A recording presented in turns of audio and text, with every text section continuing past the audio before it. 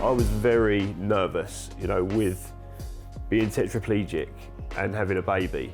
I think it's hard to be a parent, no matter your limitations. Yeah, I mean, I can remember those mornings, Gary, and I can't believe we're sharing it with the world. TV presenter Steve Brown believes his spinal cord injury has opened doors, such as a successful sport career with wheelchair rugby and his subsequent TV presenting on programmes such as Countryfile and Escape to the Country. He believes representing wheelchair users on mainstream TV is key, but nothing prepared him and his wife Becca for their IVF journey. For many, it is tough, and the fact that it could happen at all is something they never take for granted. Without it, we wouldn't be meeting 1.5-year-old baby Lyra today. On my way down, I was thinking of one of my first memories of you, Steve, and if you don't mind me sharing this with everyone, is we was on a skiing trip. I was sharing a room with Steve, and I've never met anyone with so much energy that even though we was on having a few drinks every night, every morning, without fail, Steve would throw his bedsheet off himself, get in his chair, go up to the window, throw the curtains wide open, his starkers, and say, "Good morning, world." And I was just like, "Oh, Steve, morning, mate." He's not like that at home. He struggles to get him out of bed. Going from that point, which is around 7 years ago now, I think it was, to being sat in your house with your wonderful family and lovely, beautiful Lyra here with us as well, and how time has flown, but has moved on so much as well. Yeah, I mean, I can remember those mornings, Gary, and I can't believe we're sharing it with the world. I thought that was our little secret. But don't listen to this, Lyra. Your daddy is a good man, and you never go to the window with no clothes on. Okay? But, that's where she gets it from. But yeah, time flies, doesn't it? Since we met, life's changed for both of us. And whether it's been work, whether it's been houses, but I mean, this is the biggest change for us, isn't it? But I mean, there's no doubt about it. Lyra's been the biggest change of them all, and the one that was most worth waiting for. She's fantastic, isn't she? She is. She's the best. But it was a long wait. Yeah. What was that journey like for you guys? Well, I mean, we decided maybe it was really. When was lockdown? 2020. 2020. So it was during lockdown that we decided that we wanted to start a family. It was just before, because we were in Thailand and we were saying this was could be our last holiday before we have kids. And then loads of places, like the coronavirus was starting to creep up. That's and then right. we got home and it was like lockdown and we were like, oh my God. Yeah, that's right. And so we had a lot of excitement during that period of time about a baby, you know, and doing all of that kind of thing. But it was very obvious that we was going to need to go through IVF. And so things were on hold and standby with that, wasn't they? Because obviously with things being shut down and hospitals only being open for emergencies and that kind of thing. And so through no fault of our own, we had to wait. And then once we did start IVF, it was another 3 years, wasn't it? Maybe 4 years. It was 4 years between us starting and you doing your first injection. If you'd asked me before we had Lyra, I could tell you the date of everything. Yeah. Now I've had Lyra and it's like brain fog. Yeah. Well, it just doesn't matter anymore because all the planning and everything that we had to work out times for and everything was for Lyra. Now she's here, you know, every day blurs into one. But between lockdown, then IVF, and it took us a while, didn't it, with IVF? I mean, I always get the numbers wrong, but how many attempts did we have? So Lyra was embryo number 7. Yeah. And we didn't obviously have 7 embryo transfers because we did a couple of doubles. Yeah. But we started with the NHS, and you only know what you know.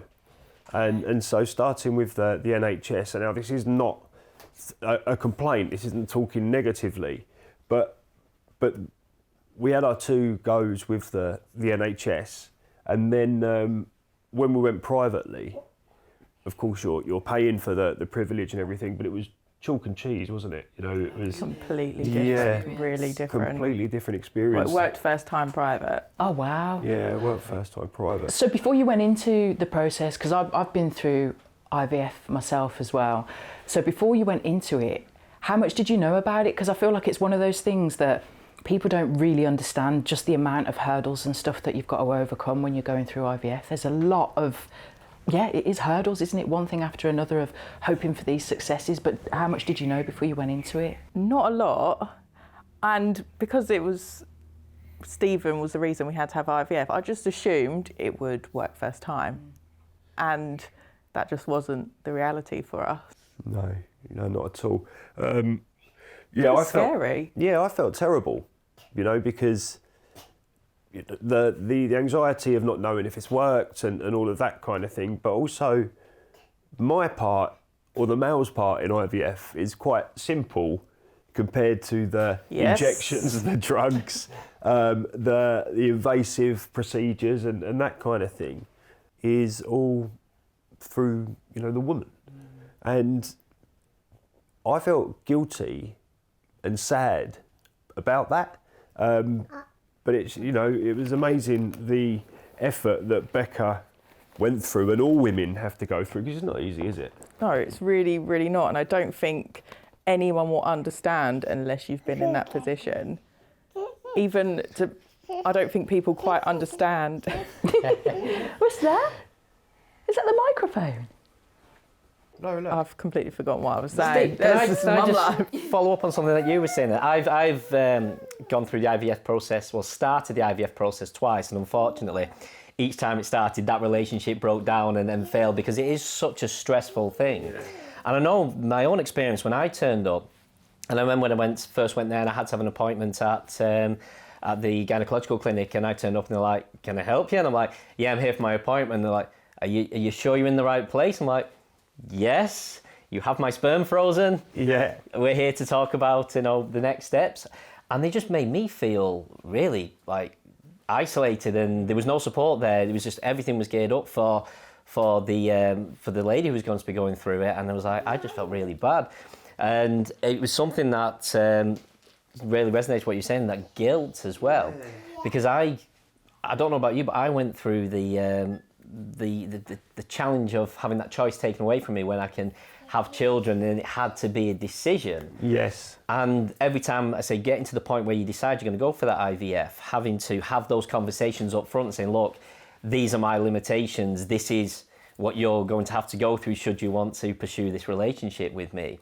So I really get that guilt, and it's something that they are quite hard conversations to have as well. Yeah, because me and Becca was 100% sure we wanted children, and I was and straight away it was like, "Okay, are you sure?" Because of how much Becca will have to go through, but she was completely non-wavering, you know?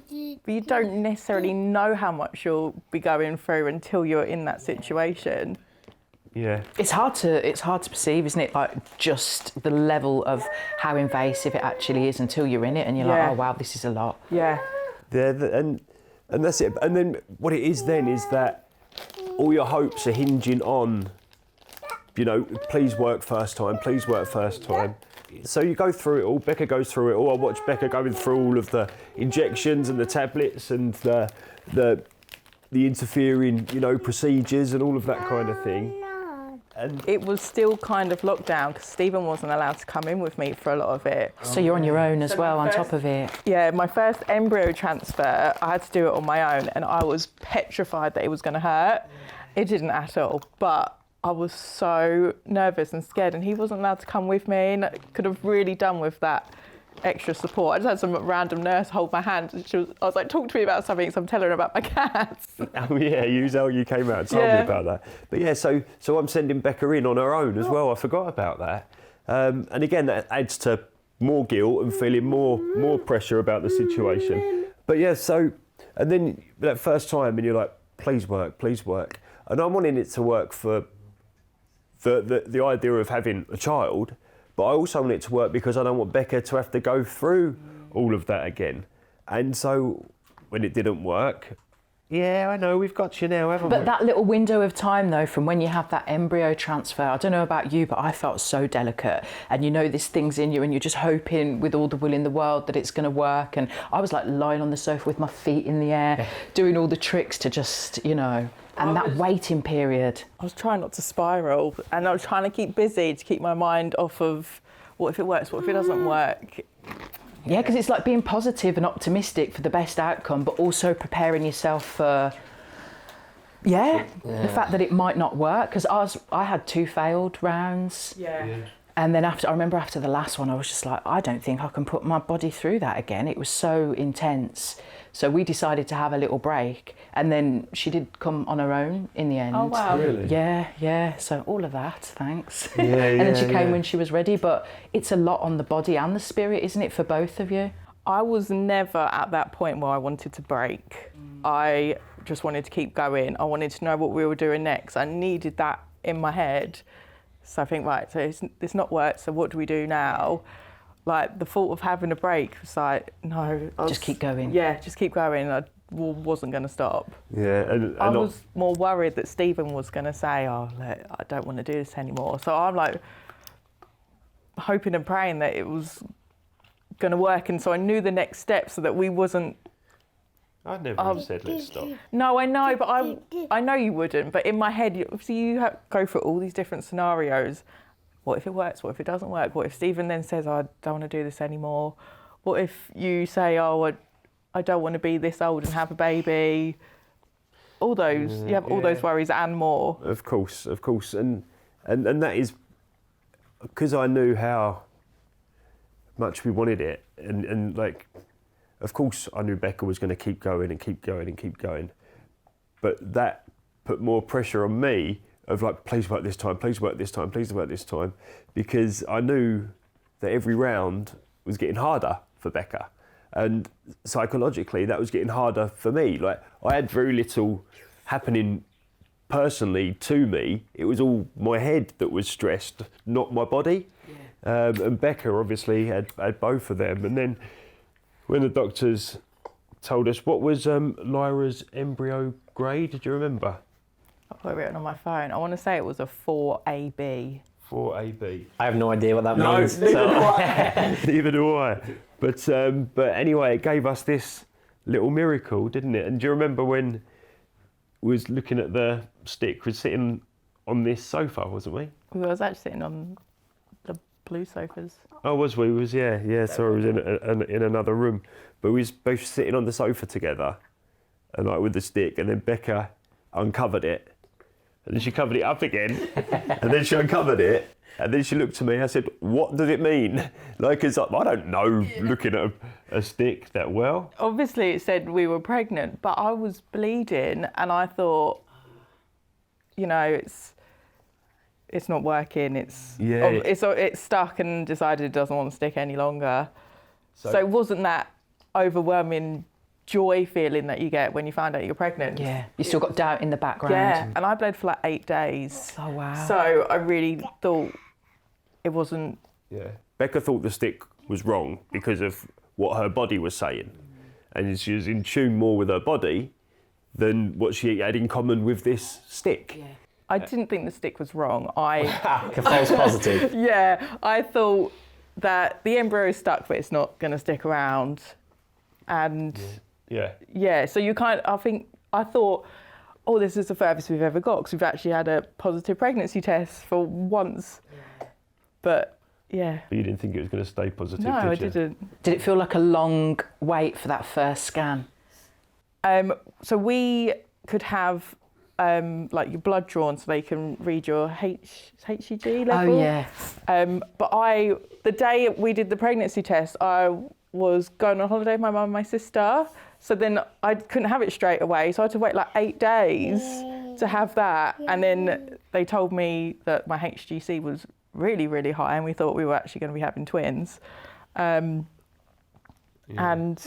they were like, no, you're definitely pregnant. And I'd stopped bleeding by then. So you started believing it, didn't you? But I think this is for everybody. But every single scan you have, you waiting for them to tell you something negative. Yeah. Like every scan I had, I thought they were going to say, oh, baby's gone. But no. Well, no, She is. She is. Once you got over that elation and, when you knew it was going to happen. I don't think you ever feel like it's going to happen. Like every single stage you think something's going to go wrong. But when you get to that point and you're having these conversations about the practicality, I mean, I say as a male paraplegic myself and being in long-term relationships for several years with different people, having that conversation of, well, I'm not going to be running around the garden throwing a kid up in the air. That's just not within the realm of my physical ability. Did you have that conversation, and what was your sort of immediate thoughts about how the practical life was going to be after she arrived? Yeah, I mean, I was. You want to be in charge of the microphone? Yeah. Yeah. You should have got you a boom mic. Yeah, that's right. Send them an invoice. Yeah, that's it. If you're going to do the work, we had lots of conversations around this. I was very nervous, with being tetraplegic and having a baby, knowing that my balance is terrible, knowing that my hands don't work very well, and then also knowing how delicate a baby is and that they need to be picked up from the bath, picked up from a cot. You need to be able to do nappies up and buttons and poppers. And I was really stressed about it, wasn't I, before we had Lyra. And then once we had Lyra, I stayed stressed about it because Becca had to pick up my slack in a lot of places. And what my worst fears of how much am I going to be able to do and how much am I going to be able to help just were right and true. And I mean, the older she's got, the more I can do, the more she works with me. She knows that if I'm getting her out of the bath, she doesn't come straight towards me. She knows to lean over this arm so I can pick her up. She's learned to come round to a particular side of my wheelchair to get her up on my lap. Yeah, you're a fast learner, aren't you? It's amazing how they adjust, isn't it? Yeah. But she's learned to work with me. That's all she's ever known, though. So. Yeah.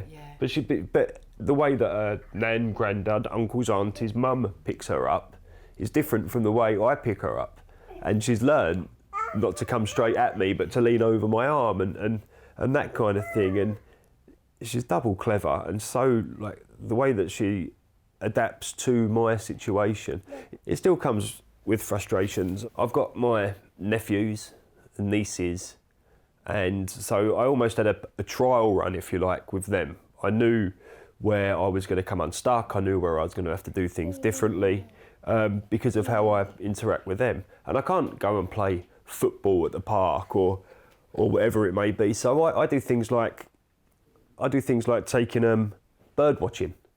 We'll take a bird book with us, and they love it, don't they? We go out, and it's not about finding the rarest bird in the world. It's about, oh look, there's a swan, there's a heron. They were more interested about chickens in a cage than this really rare bird that's only come to Sheffield like once in its life. They were, weren't they? But quality time is quality time, isn't it? It's a matter of the activity. Yeah. And then they go home, back to their mum and dad, my brother, and they're excited to tell them what they've been up to, where they've been, what they've learned, what they've seen, far more than if I'd spent that 2 hours playing football with them. And so all of a sudden, thinking about how can I interact with my child differently, a lot of the time gives them a more fulfilled time out and about because we have to think about how we're going to do it more. Yeah, it's so true. So because I can't do what you would call simple things, go in the back garden and play football, I have to think and be more adventurous about how I do interact and what I do, and what I do, and then that in itself means that it's a more engaging way of spending time. Yeah, finding the joy and the simplicity of life as well, isn't it? I know for me as well, after my injury, I couldn't get out. Just sitting in the window, connecting with the trees, looking at the trees, bringing the little one, getting her to notice the birds, and just creating a relationship with the things that we could from what we had. And it is those things that are really important as well in this busy social media, internet obsessed life, to find those little moments in nature to get the children to engage in is really important. But there are still things, you know, like Becca has to put Lyra in the bath. I can't because of my balance and my hands. One, it's trust, you know, trusting myself to do it. And everything's wet and slippery. So Becca has to be there for the start of bath time, you know. But I can get Lyra back out the bath. But now I can't put Lyra in her cot, but I can get Lyra out of her cot. Now I couldn't. So slowly but surely, it's going from Becca does everything, and so Becca would do everything that was Lyra, and I would do everying that was house. You know, like dinners. He's learnt to cook. Yeah. So I done dinners, shopping, cleaning, tidying. You know, I sorted everything out as best I could so that Lyra and Becca was in the best, safest, warmest, cleanest environment they could be for Becca to look after Lyra. But as time's gone on, the shift's slowly, you know, levelling out a little bit. Becca's doing more around the house. I'm doing more looking after Lyra. And you're even starting to get a little bit of time to yourself occasionally, aren't you? Only when she has a nap. And then I'm sure there's still loads of jobs for you to do. Yeah. Like I put up all the Christmas decorations when she was down for a nap. Yeah, you did. You do so much. You do so much, whether it's with little Lyra here. Doesn't Mum do lots? Yeah, she does. And all the planning as well. You know, what is going to be for dinner. When Lyra gets up, we need to have this sorted for her, that sorted for her. You know, if I was to take Lyra out for the day, yeah. If I take Lyra out for the day, I leave with Lyra, her shoes and her coat. And Becca's like... Snacks, drinks, wipes. Yeah. Becca's like, can you come back here, please, and actually get our child ready to go. This is not ready. But look, she's got her shoes and her coat on. She's ready. But you've also asked me what shoes and what coat.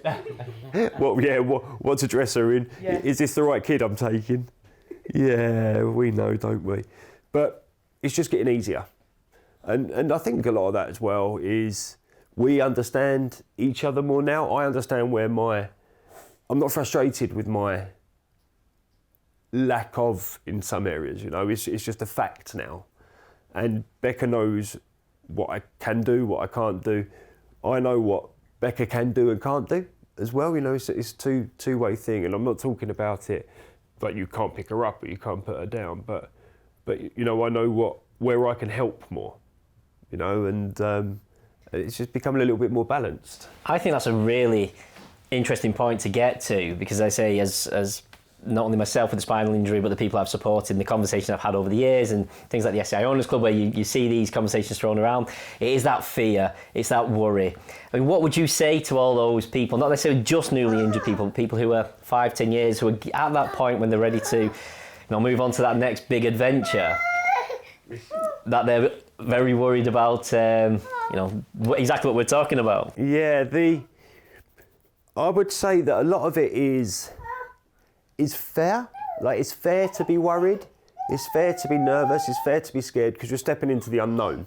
All right, so you're not just going to be a new dad or a new mum, which is an unknown in itself, but you're going to have to do it with your disability. You know, there are added frustrations, there are added fears, there are added problems, and there are going to be things that, quite simply, on a lot of occasions, your disability means you're not going to be able to help with, not going to be able to do. It's about recognising that, and it's about having a partner that is solid and understands and is willing to work with you on that. But all I can say is that as it goes on, it gets easier. It gets easier, whether that is because you're capable of doing more, or you've come to terms with what you can and can't do. And for me, it's both. I've managed to start doing more, and I'm more comfortable with the things that I can't do. No, I just know it now. So how do you manage the conversations? Because I think, like, you can be the strongest couple in the world and have the best relationship or marriage, but still when you enter this parenthood era and you're used to it being the two of you, and now you've got all these new things to navigate, How do you keep that conversation going so that it doesn't become like you feel like, oh, I'm carrying all of this stuff, and then you've got that unspoken resentment because one person's carrying this? And how do you keep that communication going in a way that is calm, and or does it come out in arguments and stuff? Both. Yeah, it's definitely come out in tears. Like you get to, I think it's hard to be a parent no matter your limitations. So I don't think that really changes anything. It's hard anyway. Yeah. Also, hormones doesn't help. Like sometimes it would just come out in like floods of tears. Like I'd think I was fine, and all of a sudden one thing, and then I'd be like, ooh. Yeah, and there have been times where Becca's said to me, I feel like I'm doing everything myself. And I can understand why she feels like that. And I also don't think that's anything to do with your disability. No. Like, you just feel like you're doing it all. Yeah. Because you're a mum that's got a new kid. Yeah. Exactly. It's not a conversation that's exclusive to spinal cord injury, is it? You know, it's parents all over the country, all over the world having similar conversations, I think. And I think, I mean, have we argued? Yeah, there's been times we're arguing because we're going through the most stressful time, you know, as a couple that we've ever had. Post IVF. Yeah. But you know, but then I think we still carry some of that with us, you know, with the stress of wanting to go through IVF, the stress of going through the IVF, the stress of then Becca being pregnant, and the stress of having Lyra. You know, it's one after another. But we're getting to a point now. Lyra's 16, 17 months old. She can communicate better with us now. We understand her, you know, in a different way. She understands routine. She's starting to sleep well. She eats well, and it's becoming easier, isn't it? It's all a process of learning for everyone, isn't it? And it evolves with all these different stages. Yeah, she's a different girl every month. Yeah. Every month, and every month I'm prouder of her. So now you've gone through sort of the practicality of the day-to-day now. What's the big things on the horizon? Well, as a family. Yeah, what have we got? We've got Christmas. First thing is, you know, it's quite funny because I'm still quite sure Lyra will be very happy opening a box with a box in it, or a box with my car keys in it. You know, she'll be made up with that. But I understand as a mum, Becca, tell me if I'm wrong, still wants all the excitement of Christmas. The magic of Christmas. Yeah, the magic of Christmas. And I think the magic of Christmas is as much for Becca as what it is for Lyra. Oh, yeah, definitely. She's not going to remember this, but I will. Exactly. Yeah. So you're not off to Disneyland just yet, though? Next year. Oh, by the way, planted that seed for you. Yeah, that's it. That's going to add so many more challenges. I mean, it's going to be an amazing trip, things like that, but travelling as a disabled person, wheelchair user, the fear of your chair disappearing, being broken, etc. Yeah. Then also travelling as a family, prams, on long-haul flights, etc. Yeah. I'm no stranger to travelling. I travel a lot for work, planes, buses, trains, you know, whatever it may be. So I'm quite confident in how I'm going to do it. I don't worry about myself when it comes to travelling. But travelling with Lyra, you know, is another level. But the truth is, Becca just looks after it all. Becca has got it all under control. She makes sure that everything's packed, everything's sorted. I will make sure that I'm not going to add any stress to Becca's travelling plans. But You're not that great at that. I'm not great at that. But Becca's the organiser. When it comes to family stuff, Becca makes sure that we're on time, on track, we've got everything that we need. She chooses the holidays, she tells me where we're going, she makes sure that the hotels are good for me and for Lyra, and she's not let me down yet, that's not what I mean, but I just trust her entirely with that. And I'm very confident in travelling myself, so it works. It works. No, that's brilliant. And I think that if, as a solo disabled traveller, if you can take control of that environment, especially when it comes to those additional conversations, and Becca doesn't have to worry about you, obviously, because you'll sort it out, hopefully. It does take hopefully a lot of stress off. I know I was travelling there with my family who've got young kids. I can just no, I'll sort myself out. I'll see you at bagging, see you at check-in, whatever it is. We're all good. Yeah, absolutely. There's usually some sort of closing reflection where you can just look at each other and say, like, what's one thing that you've really learned about the other through your journey of becoming parents? What have I learned about you? Loads, I guess. Yeah, loads. Mummy's a wonderful mum, isn't she? Yeah. Just impressed. Just so impressed. Yeah, I don't know how to answer that. That's because you haven't learned anything good about me. But yeah, I just, like I say, Becca sorts Christmas. Becca sorts everybody's birthday presents. Becca sorts the shopping list and the holidays and the packing and making sure that Lyra's got everything that she needs. I mean, I do help. Of course I can. I do everything that I can to provide and make sure that the house is clean and tidy and that we're as comfortable as possible. But there's no doubt that Becca's the driving force in terms of making sure we are good. No doubt. I always knew you were going to be a good dad, and you are a good dad. You do everything you can to help Lyra. And you? And me. And he makes good cups of tea. Yeah, I do. I'm just a tea boy, really. Thank you so much for inviting us into your home and letting us talk to you today and sharing such an intimate part of your life and sharing Lyra with us all today. Yeah, she's a good girl. You've done well, haven't you, Lyra? Thank you two. It's been a pleasure speaking to you. We hope you enjoyed this episode of I Didn't Plan on This. If so, please like, comment and share. If you or someone you know is living with a spinal cord injury and they need support, the Spinal Injuries Association is here for you. Our vision is a fulfilled life for everyone living with spinal cord injury. If you'd like to support us or find out more about the vital work that we do across the UK, please visit our website at spinal.co.uk.